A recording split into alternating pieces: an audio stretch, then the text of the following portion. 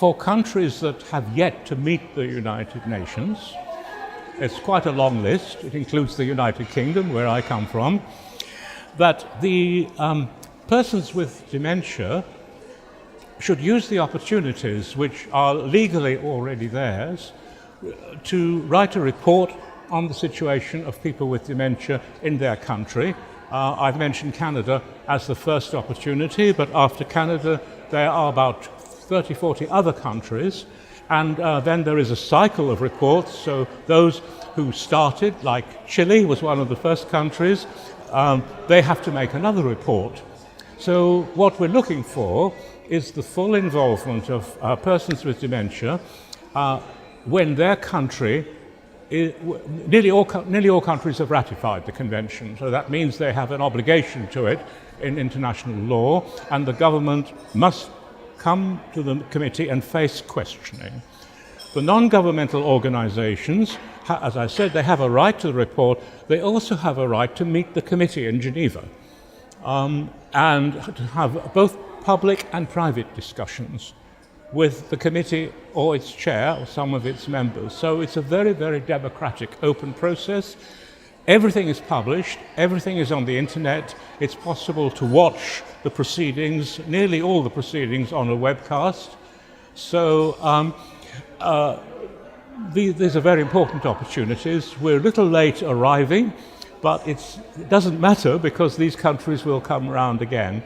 There is another very important development, which is particularly important for low and middle income countries, because we're talking about the whole world, not just Europe. Quite apart from the conventions, the United Nations has committed to some what they call sustainable development goals. And these started this year in 2016, and the goals are for 2030. Now, they are goals, there are 17 goals, they're about many things, education, climate change, and so on, but some of them are concerned with basic issues of citizenship and participation, basic democratic principles, but also the right to health care, which is clearly very important for people with dementia.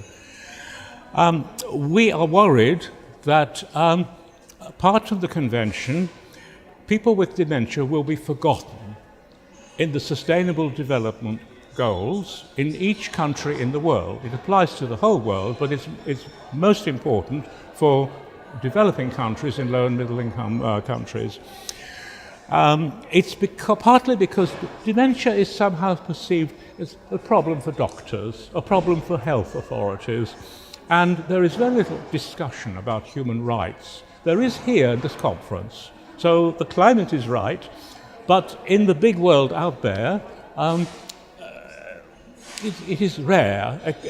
You hear nice words about human rights, but not about ways to guarantee those rights.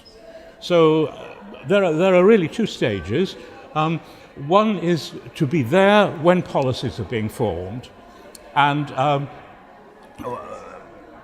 there are very, very strong policies for people with other disabilities being developed. Some are better than others. In future, they must include people with dementia, because that is already our right. But, and then there's the second thing I've mentioned, which is involvement in new strategies, where people with dementia are at an advantage, because new policies are being created for them. The third stage is that people with dementia and other disabilities must be involved in the monitoring of how the plan is going, because you can write a beautiful policy, you can pass excellent legislation, but if it doesn't reach people on the ground in every part of the country, then it's just a piece of paper. So it provides, the convention provides a very good monitoring device, and there is synergy, working collaboration between those who are promoting the convention and those who are promoting the Sustainable Development Goals.